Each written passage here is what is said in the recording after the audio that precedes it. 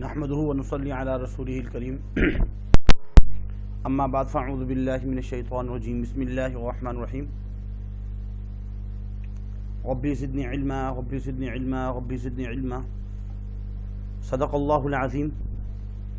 عزیز طلبہ و طالبات و تمام سامعین کرام کو میری طرف سے السلام علیکم۔ سلام ممنون کے بعد آج جس چیز کا میں نے انتخاب کیا ہے وہ ہے ریاض الصالحین سے جو احادیث مبارکہ B com B S C B A B B A degree classes میں جو احادیث آتی ہیں ان کے کچھ ترجمے ہو چکے ہیں، کچھ ترجمے باقی ہیں۔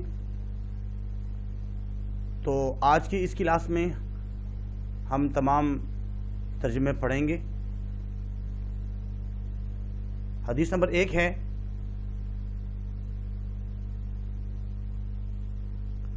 عن ابی ہریرہ رضی اللہ عنہ قال قال رسول اللہ صلی اللہ علیہ وسلم کل سلامہ من الناس علیہ صدقہ کل یوم تطلع فیہ الشمس تعدل بین الاثنین صدقہ وتعین الرجل فی دابته فتحمله علیہا او ترفع له علیہ متاعه صدقہ والکلمۃ الطیبہ صدقہ وبکل خطوۃ تمشیها الی الصلاۃ صدقہ وتمیت العراء عن الطریق صدقہ۔ یہ حدیث مبارکہ ترجمہ آپ کے سامنے ہے۔ حضور صلی اللہ علیہ وسلم کا ارشاد ہے کہ انسان کے ہر جوڑ پر صدقہ واجب ہے۔ ہر دن جس میں سورج طلوع ہوتا ہے تیرا دو آدمیوں کے درمیان عدل و انصاف کے ساتھ فیصلہ کر دینا صدقہ ہے۔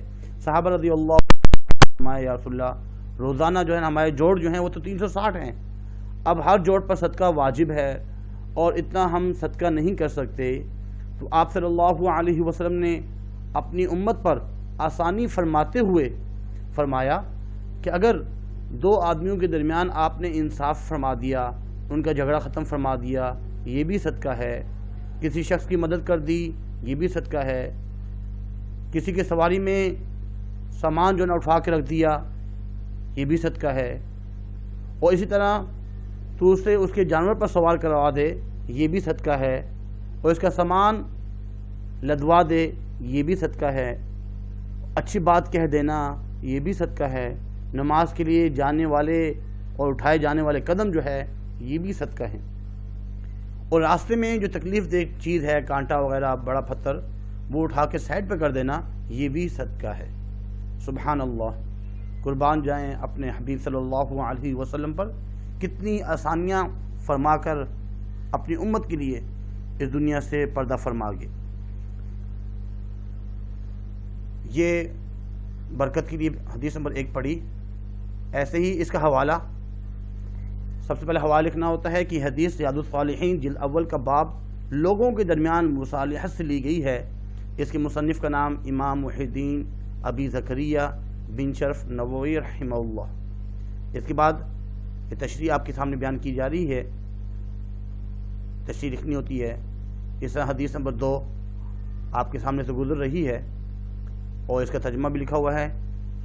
یہ ہم پڑھ چکے ہیں کیونکہ 20 احادیث ہیں اور تمام 20 احادیث کے ترجمے اور احادیث پڑھنا تھوڑا مشکل ہے کیونکہ 40 منٹ کی 35 منٹ کی کلاس ہوتی ہے۔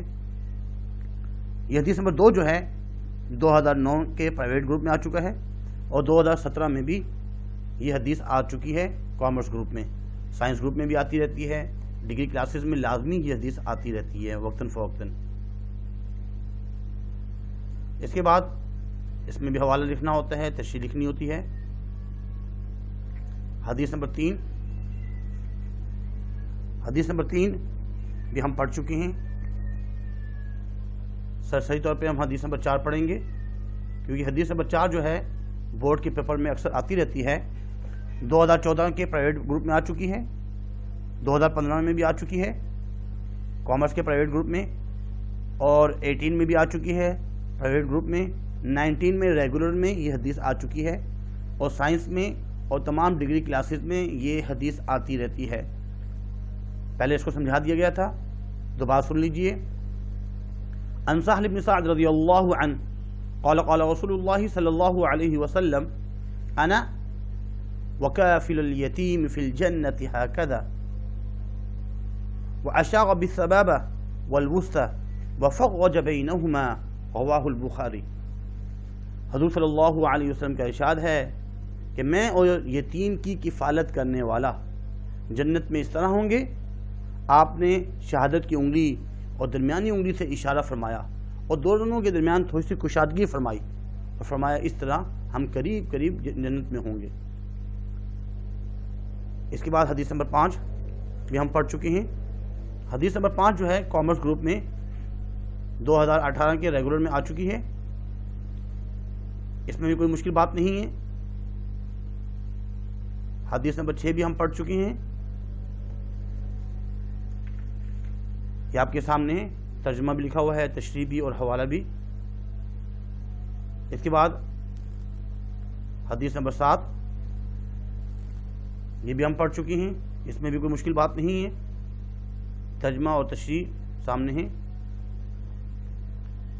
حدیث نمبر 8 بھی ہم پڑھ چکے ہیں۔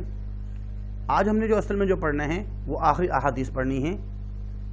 حدیث نمبر 8 جو ہے 2015 کے ریگولر گروپ میں آ چکا ہے، 2016 میں بھی آ چکا ہے اس کے پرائیویٹ گروپ میں، اور ایسے ہی 2017 کے ریگولر میں بھی آ چکا ہے۔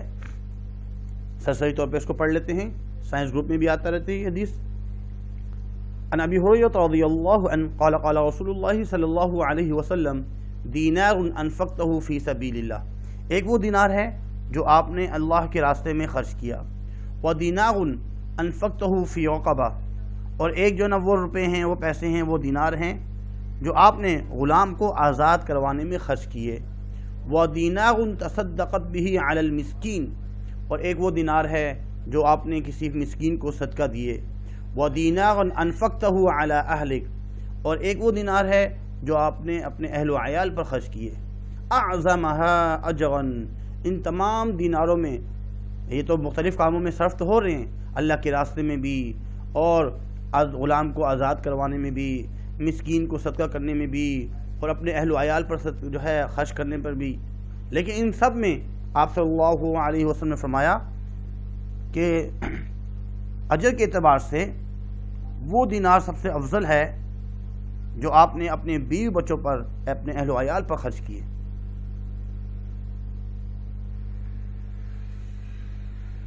اس کا حوالہ سامنے جو ہے نا ذکر کیا گیا ہے، حوالہ دیکھا جا سکتا ہے اس میں سے، اور تشریح بھی سامنے پیش کی گئی ہے۔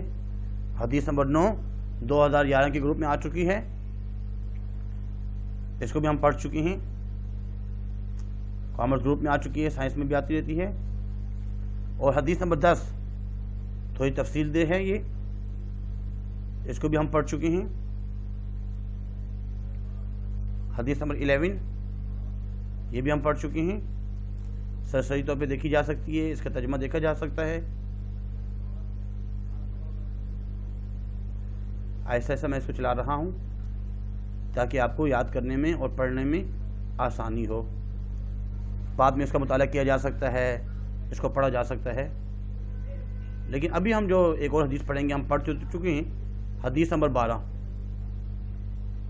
حدیث نمبر 12 جو ہے بہت ہی امپورٹنٹ ہے، اور 2010 کے کامرس گروپ میں پرائیویٹ میں آ چکی ہے، 2011 میں ریگولر میں آ چکی ہے، 2016 کے ریگولر گروپ میں آ چکی ہے، 2015 میں ریگولر گروپ میں آ چکی ہے، اور یہ حدیث 2015 کے پرائیویٹ گروپ میں بھی آ چکی ہے، کافی مرتبہ آئی ہے، سائنس گروپ میں بھی آتی رہتی ہے۔ چھوٹی حدیثیں جتنی بھی ہوتی ہیں وہ اکثر آتی رہتی ہیں۔ وعن النواس بن سمعان رضی اللہ عنہ عن النبی صلی اللہ علیہ وسلم قال سألت رسول اللہ صلی اللہ علیہ وسلم عن البر، میں نے حضور صلی اللہ علیہ وسلم سے پوچھا نیکی کے بارے میں، بر نیکی کو کہتے ہیں، والاثم اور گناہ کے بارے میں، نیکی کیا ہے اور گناہ کیا ہے۔ قال، آپ صلی اللہ علیہ وسلم نے فرمایا البر نیکی حسن الخلق، اچھے اخلاق کا نام ہے۔ حسن اچھے کو بولتے ہیں، احسن حسین، اور خلق اخلاق۔ والاسم اور گناہ، ما حاک فی صدرک جو تمہارے دل میں کھٹکے، وکرہت اور آپ ناپسند کریں، آپ کراہت محسوس کریں، ان یطلع علیہ الناس کہ لوگوں کو تمہاری اس کمزوری کا پتہ چل جائے۔ یہ حدیث ہم ویسے پڑھ چکے ہیں، اس کا حوالہ اور تشریح نیچے بیان کی گئی ہے۔ حدیث نمبر 13 بھی ہم پڑھ چکے ہیں اور حدیث نمبر 14 بھی ہم پڑھ چکے ہیں۔ آج ہم جو ہم نے پڑھنا ہے وہ حدیث نمبر 15 سے لے کر 20 تک پڑھنا ہے۔ وقت کی قلت کی وجہ سے حدیث نمبر 14 جو ہے 2017 کے پرائیویٹ گروپ میں آ چکا ہے، 18 میں بھی ریگولر میں آ چکی ہے حدیث، 19 کے ریگولر گروپ میں اور 16 کے بھی ریگولر گروپ میں یہ حدیث آ چکی ہے۔ حدیث نمبر 15 پڑھیں گے آج۔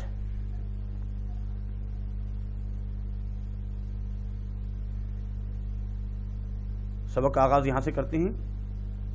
حدیث نمبر 15 جو ہے یہ بھی بہت ہی امپورٹنٹ ہے۔ اگر آپ اپنے 2017 کے جو ہے ریگولر گروپ میں بھی آ چکی ہے حدیث، 11 کے پرائیویٹ گروپ میں، 10 کے بھی پرائیویٹ گروپ میں آ چکی ہے اور 2012 اس کے بھی ریگولر گروپ میں، 2012 کامرس گروپ کے جو ہے پرائیویٹ گروپ میں آ چکی ہے، 16 میں بھی آ چکی ہے ریگولر پرائیویٹ گروپ میں۔ تو ایسے سائنس گروپ میں بھی اور تمام ڈگری کلاسز میں یہ حدیث چھوٹی سی ہے، آتی رہتی ہے، اس کو ذرا غور سے سنیے گا۔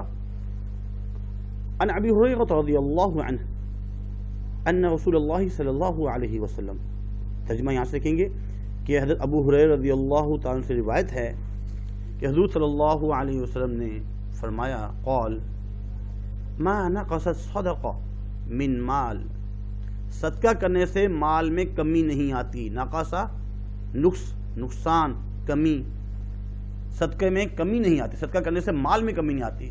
بظاہر ایسا لگتا ہے، عقل یہ سوچ رہی ہوتی ہے کہ میرے پاس 100 روپے ہیں اور میں نے 10 روپے فقیر کو دے دیے، میرے 10 روپے کم ہو گئے ہیں، 90 روپے رہ گئے ہیں، لیکن ایسی بات نہیں ہے۔ انسان کی عقل کیا کہہ رہی ہے کہ مال کم ہو رہا ہے، لیکن اللہ کی رسول صلی اللہ علیہ وسلم کیا فرما رہے ہیں؟ جو حق ہے برحق ہے کہ صدقہ کرنے سے مال میں کمی واقع نہیں ہوتی۔ دنیا میں 10 گنا آپ کو ملے گا اور آخرت میں 70 گنا اجر آخرت میں ملے گا۔ وما زاد اللہ عبدا بعفو، اور بہت ہی ایک اور بہت پیاری بات آپ صلی اللہ علیہ وسلم فرمایا کہ معافی طلب کرنے سے بندے کی عزت بڑھ جاتی ہے، کم نہیں ہوتی۔ جیسا صدقہ کرنے سے مال کم نہیں ہوتا، ایسے غلطی ہوگی کسی سے، آپ نے معافی، کسی کو آپ سے طلب کر رہا ہے، معاف کر دیا، کسی سے معافی مانگ لی، تو اس سے جو نا عزت کم نہیں ہوتی، اس سے عزت بڑھتی ہے اللہ کے نزدیک بھی۔ وما تواضع احد اللہ الا رفعہ، اور جو عاجزی اور انکساری کرے گا دنیا والوں کے سامنے، اللہ کے سامنے، اللہ رب العزت کو سر بلند فرماتے ہیں۔ اور جو تکبر کرتا ہے، اللہ رب العزت تکبر کا جو ہے نا وہ سر ہمیشہ نیچا ہوتا ہے۔ تکبر اللہ کی چادر ہے اور یہ اللہ کو جو ہے نا سوٹ کرتا ہے کہ لیکن انسان تو عاجزی اور انکساری دکھائے گا، فائدہ ہوگا۔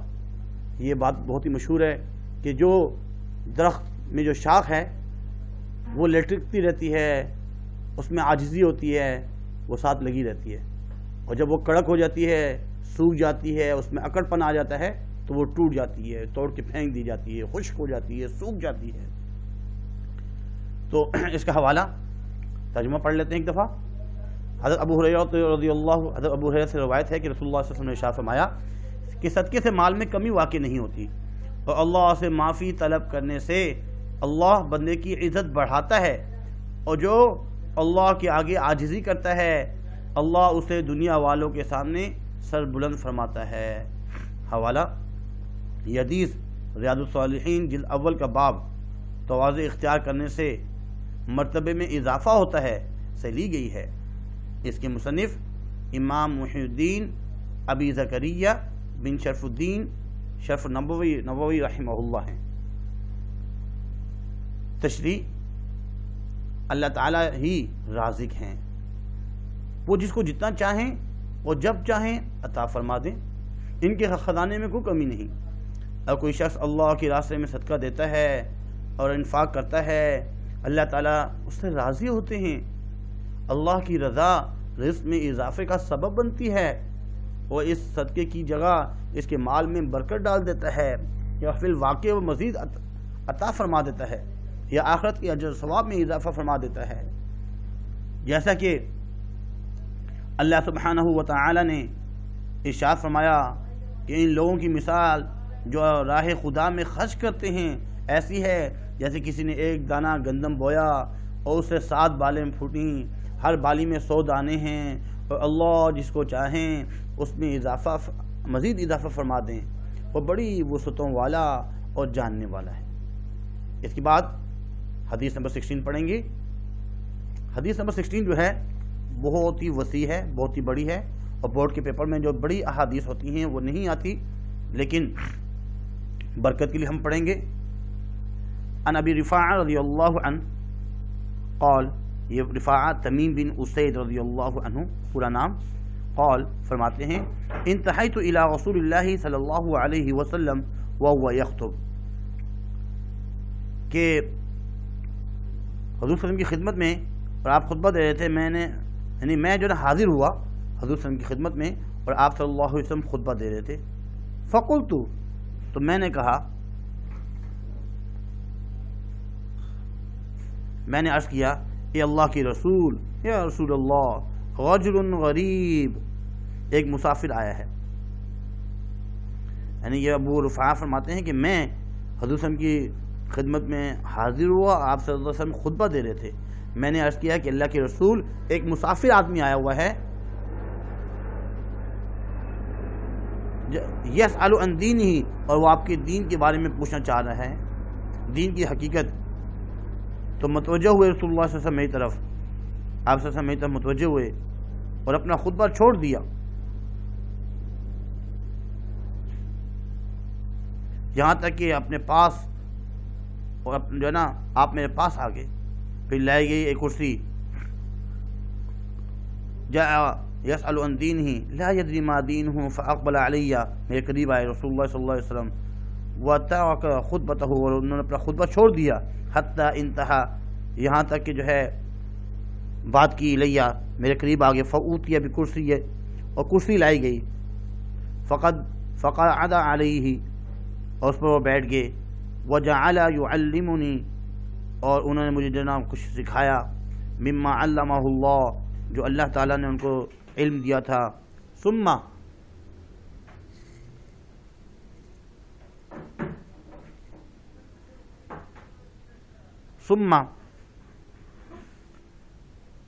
آتا خطبتہ فأتم آخرہ، پھر آپ صلی اللہ علیہ وسلم دوبارہ وہ انہوں نے خطبہ دیا،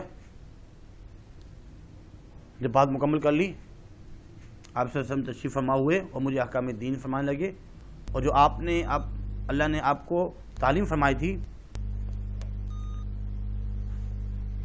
پھر آپ خطبے کی طرف متوجہ ہوئے اور اس سے مکمل کیا۔ اس میں حوالہ دیا گیا کہ آپ صلی اللہ علیہ وسلم کو خطبے کے دوران مسائل کی تعلیم فرمانا سے لی گئی ہے، یعنی دیر خطبہ آپ صلی اللہ علیہ وسلم خطبہ فرما رہے ہیں، لیکن مسائل خطبے کے دوران بھی مسائل کی تعلیم فرمانا۔ تشریح میں بات جو سمجھا دی گئی ہے، حدیث نمبر 17 پڑھتے ہیں۔ حدیث نمبر 17 جو ہے یہ 2018 کے پرائیویٹ گروپ میں آ چکی ہے کامرس میں، اور 2012 کے کامرس گروپ کے پرائیویٹ میں آ چکی ہے، ایسے سائنس گروپ میں بھی آتی رہتی ہے، بہت ہی آسان ہے، ذرا غور سے سنیے گا۔ وعن عبد اللہ بن عمر بن عاص رضی اللہ عنہ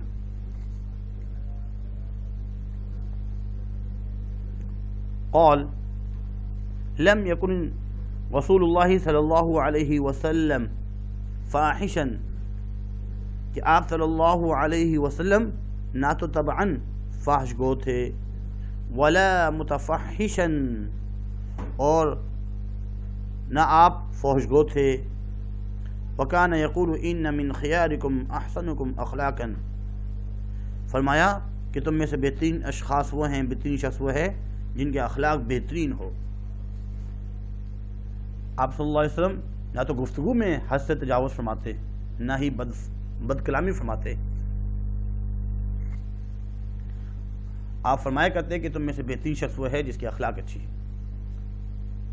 حوالے میں یہ حدیث جو ہے نا ریاض الصالحین جو شروع میں دکھائی گئی تھی اس کتاب سے لی گئی ہے، اور اس کا ایک باب ہے باب صوم، فحش گو نہ تھے، یعنی آپ صلی اللہ علیہ وسلم فحش گو نہ تھے سے لی گئی ہے، اور اس کے مصنف امام محی الدین ابی زکریا بن شرف نووی رحمہ اللہ ہیں۔ تشریح میں نبوت اور رسالت سے پہلے ہی سارا عرب آپ صلی اللہ علیہ وسلم کو پکار کر صادق اور امین کہہ رہا تھا۔ حضرت خدیجہ رضی اللہ عنہا کو آپ صلی اللہ علیہ وسلم کے صادق القول ہونے اور آپ کی سیرت کی پاکیزگی، اخلاق رفعت بلندی پر اس قدر یقین کامل تھا کہ جب آپ نے آ کر غار حرا میں فرشتے کے آنے اور وحی کے نازل ہونے کا واقعہ سنایا تو انہوں نے ایک ہی لمحے کا بھی تردد نہیں کیا اور فوراً ایمان لے آئیں۔ صحابہ رضی اللہ عنہم اجمعین کی عظیم تعداد نے زندگی بھر آپ کو دیکھا، سب نے گواہی دی آپ صلی اللہ علیہ وسلم اعلیٰ اخلاق کے مالک تھے، بد کلامی نہیں کیا کرتے تھے، فضول بات نہیں کیا کرتے تھے، مقصد کی بات آپ صلی اللہ علیہ وسلم فرمایا کرتے تھے۔ اس کے بعد حدیث نمبر 18 عن ابی ہریرہ رضی اللہ عنہ قال سئل رسول اللہ صلی اللہ علیہ وسلم کہ آپ صلی اللہ علیہ وسلم سے پوچھا گیا، سوال کیا گیا، ان اکثر ما يدخل الناس جنہ، کہ جو لوگوں کو جنت میں داخل کر دے، یعنی ان اکثر باتوں کے بارے میں پوچھا گیا جو لوگوں کو جنت میں داخل کر دے۔ وما يدخل الناس الجنہ قال تقوى اللہ، فرمایا گیا وہ کون سی باتیں ہیں؟ اللہ کا تقوی، اللہ سے ڈر، وحسن الخلق اور اخلاق حسنہ، وسئل عن اکثر ما يدخل الناس النار، اور سوال کیا گیا اس کے بارے میں جو داخل کر دے لوگوں کو دوزخ میں، وہ کون سی باتیں ہیں؟ تو آپ صلی اللہ علیہ وسلم نے فرمایا، فقال الفم والفرج، منہ اور شرمگاہ، رواہ ترمذی، اسے ترمذی نے روایت کی ہے، وقال حدیث حسن صحیح، یہ حدیث حسن اور صحیح ہے۔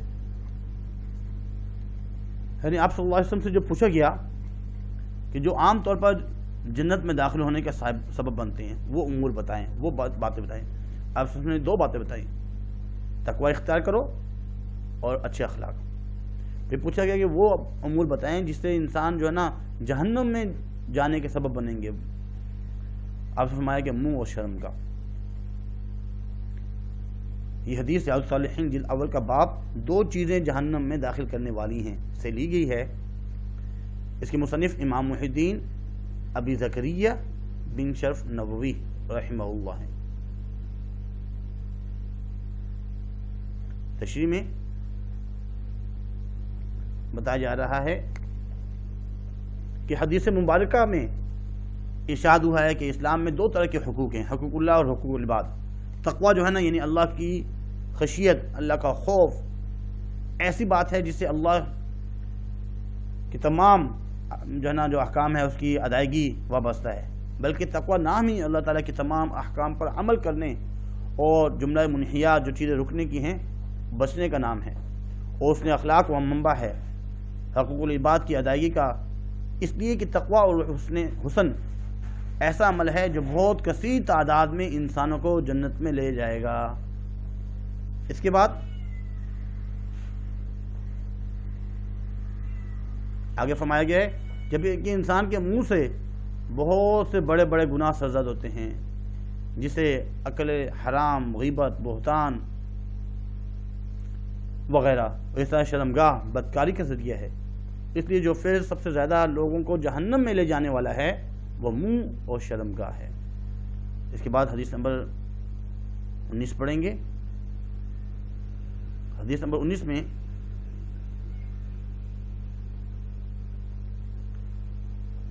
عن جابر رضی اللہ عنہ ان رسول اللہ صلی اللہ علیہ وسلم قال، جابر رضی اللہ عنہ سے روایت ہے کہ حضور صلی اللہ علیہ وسلم فرمایا، ان من احبکم الی واقربکم منی مجلسا یوم القیامہ، فرمایا کہ مجھ کو زیادہ محبوب اور زیادہ قریب مجھ سے مجلس میں قیامت کے دن تم میں وہ ہوگا جس کے اخلاق اچھے ہوں، احاسنکم اخلاقا، جس کے اخلاق اچھے ہوں، وان من ابغضکم الی وابعدکم منی یوم القیامہ، اور قیامت کے دن جو مجھ سے بہت دور ہوگا اور میں اس پہ ناراض ہوں گا، وہ کون سی چیز ہے؟ السرسارون والمتشدقون والمتفیحقون، قالوا یا رسول اللہ قد علمنا السرسارون والمتشدقون فما المتفیحقون قال المتکبرون، رواہ ترمذی۔ فرمایا گیا کہ یعنی قیامت کے روز مجھ سے بعید ترین دور وہ لوگ ہوں گے جو ہر وقت بک بک کرتے رہتے ہیں، تکبر اور اپنی فصاحت اور بلاغت کے اظہار کے لیے منہ بنا بنا کر طویل گفتگو کرتے ہیں، متحفقون ہیں۔ صحابہ نے عرض کیا یا رسول اللہ، سرسارون اور متشدقون کا مفہوم تو سمجھ لیا، مگر یہ متفیحقون کون لوگ ہیں؟ تو آپ نے فرمایا یہ متکبر لوگ ہیں۔ آگے چل کر امام نووی نے امام ترمذی رحمہ اللہ کا قول نقل کیا ہے، جس میں انہوں نے عبداللہ ابن مبارک سے روایت کی ہے کہ حسن اخلاق کے معنی خندہ پیشانی سے پیش آنا، نیک برتاؤ اور ایذا رسانی سے گریز کرنا۔ تو یہ ہے متکبر لوگ، یہ پسند نہیں ہے حضور صلی اللہ علیہ وسلم کو، یہ قیامت کے دن آپ صلی اللہ علیہ وسلم سے دور ہوں گے۔ تین الفاظ جو ہیں اس میں آئے ہیں جو مشکل، کون کون سے ہیں؟ سرسارون، متشدقون، متفیحقون۔ صاحب نے فرمایا کہ سرسارون تو سمجھ میں آ رہا ہے، متشدقون بھی سمجھ میں آ گیا، لیکن یہ متفیحقون کیا چیز ہے؟ فرمایا اس کو تکبر کو کہتے ہیں۔ حوالہ یہ حدیث ریاض الصالحین جلد اول کا باب، اخلاق والے کو نبی کریم صلی اللہ علیہ وسلم کو قرب حاصل ہوگا، جو اچھے اخلاق والے ہیں ان کو حضور صلی اللہ علیہ وسلم کا جنت میں قرب حاصل ہوگا سے لی گئی ہے، اور اس کے مصنف کا نام امام محی الدین ابی زکریا بن شرف الدین شرف النووی رحمہ اللہ۔ اس کی تشریح میں بیان کیا گیا ہے کہ حدیث مبارکہ میں حسن اخلاق کی اہمیت اور اس کی فضیلت کا بیان ہے کہ آخرت میں اخلاق حسنہ کے حامل، جن کے اخلاق اچھے ہوں گے، اہل امان رسول اللہ علیہ وسلم کی مجلس میں قریب ترین ہوں گے، اور ان لوگوں کی برائی فرمائی گئی ہے جو تکبر کی بنا پر منہ پھلا پھلا کر لفظوں کی آرائش دے کر اور انہیں سنوار کر اور جملوں کو گھما پھرا کر اس انداز سے بات کرتے ہیں کہ لوگ ان سے مرعوب ہو جائیں، اور اس کی بڑائی جو ہے نا بڑائی کی اور دانش دنیا کی جو ہے نا قابل ہو جائیں، ان کی جو بڑائی اور دانش جو ہے وہ دنیا جو ہے اس کے قائل ہو جائیں۔ یہ لوگ قیامت کے روز کی مجلس میں بار بار پا سکیں گے۔ آپ صلی اللہ علیہ وسلم اس وقت انہیں ناپسند فرمائیں گے جب اہل ایمان آپ کی شفاعت کے محتاج ہوں گے۔ اس کے بعد آخری حدیث پڑھیں گے، حدیث نمبر 20۔ ان عائشہ رضی اللہ عنہ قالت ما خیر رسول اللہ صلی اللہ علیہ وسلم بین امرین قط الا اخذ ایسرهما ما لم يكن اثما فإن كان اثما كان ابعد الناس منه وما انتقم رسول الله صلى الله عليه وسلم لنفسه في شيء قط الا تنتهك حرمة الله فينتقم الله تعالى متفق علیہ۔ فرمایا جائے کہ حضرت عائشہ رضی اللہ عنہ سے روایت ہے کہ رسول اللہ صلی اللہ علیہ وسلم کو جب کبھی بھی دو چیزوں میں اختیار دیا جاتا تو آپ نے آسان صورت کو اختیار فرمایا، بشرطے کہ وہ باعث گناہ نہ ہوں۔ دو چیزوں میں اختیار دیا گیا ہے، جو آسان ہے اس کو اختیار کیا جائے، لیکن بشرط یہ کہ اس میں گناہ نہ ہو۔ ہاں البتہ اگر وہ گناہ ہوتی یا ہوتا تو آپ تمام لوگوں سے بڑھ کر اسے دوری اختیار فرماتے۔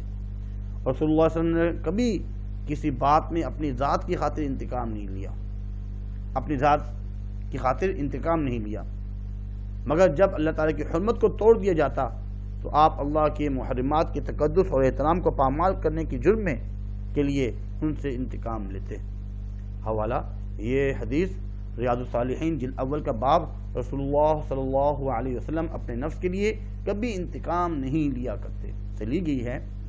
اس کے مصنف امام محی الدین ابی زکریہ بن شرف نووی رحمہ اللہ۔ تشریح: رسول اللہ صلی اللہ علیہ وسلم کو مباح امور میں جب دو میں سے ایک اختیار دیا جاتا تو آپ صلی اللہ علیہ وسلم ان میں سے جو آسان اور سہل ہوتا اس کو اختیار فرماتے۔ قاضی رحمہ اللہ فرماتے ہیں کہ ممکن ہے کہ یہ تخیر، یہ جو اختیار ہے آپ صلی اللہ علیہ وسلم کو اللہ کی طرف سے حاصل ہوتا ہے ہوئی ہو۔ آپ صلی اللہ علیہ وسلم مثلا کافروں سے جنگ کریں یا مسالت کریں، جزیہ قبول فرما لیں، یا امت کے کسی فرد کی تعلیم و تربیت کے سلسلے میں آپ صلی اللہ علیہ وسلم کسی فرد کو کوئی مجاہد بتائیں، یا اس سے کوئی آسان اور سہل کلمات بتا دیں، یہ پڑھ لیا کرو، تو آپ ان صورتوں میں سہل اور آسان ہی اختیار فرماتے۔ رسول اللہ صلی اللہ علیہ وسلم نے کبھی کسی معاملے میں اپنی ذات کا بدلہ نہیں لیا۔ آپ صلی اللہ علیہ وسلم صرف اس وقت سزا دیتے جب اللہ کے کسی حکم کی خلاف ورزی کا ارتکاب کیا ہو اور اللہ کی مقرر کی ہوئی حرمتوں کو پامال کیا ہو۔ ایک شخص نے آپ صلی اللہ علیہ وسلم کی چادر پکڑ کر اس زور سے کھینچی کہ آپ کی گردن مبارک پر کپڑے کی رگڑ کا نشان پڑ گیا۔ اس شخص نے کہا، یہ مال نہ تمہارا ہے نہ تمہارے باپ کا۔ آپ صلی اللہ علیہ وسلم نے اسے تبسم فرمایا اور اس کا مال عطا کیا۔ تو ہمارے نبی صلی اللہ علیہ وسلم جو ہے وہ کبھی بھی ایسے انتقام کسی سے نہیں لیتے تھے اپنی جان کی خاطر۔ دین کا معاملہ ہو تو انتقام فرماتے تھے، ایسے انتقام نہیں لیتے تھے۔ 20 احادیث جو بورڈ کے پیپر میں اکثر آتی ہیں، کبھی 2 بھی آ جاتی ہیں، ایک لازمی لکھنی ہوتی ہیں۔ اگر یہ 20 احادیث یاد کر لی جائیں تو آسانی یہ ہو جائے گی کہ اس کو لکھنا سمجھنا آسان ہو جاتا ہے۔ ریاض الصالحین کی کتاب جلد اول سے لیا گئے ہیں، اس کی جو ہے آپ کو جلد اول کتاب دکھاتے ہیں، شروع میں دکھائی بھی تھی، لیکن یہ ریاض الصالحین جلد اول اس کتاب سے، اس میں بہت سے ابواب ہیں، اس کتاب سے لی گئی ہے۔ امید کرتے ہیں کہ آپ کو یہ سمجھ میں بھی آ گئی ہوگی۔ اس کو صحیح ترتیب سے یاد کرنا ہے آپ نے۔ آج کے لیے اتنا ہی کافی ہے۔ اللہ حافظ، اپنا خیال رکھیے گا۔ وما علینا الا البلاغ۔ جزاکم اللہ خیر فاحسن الجزاء۔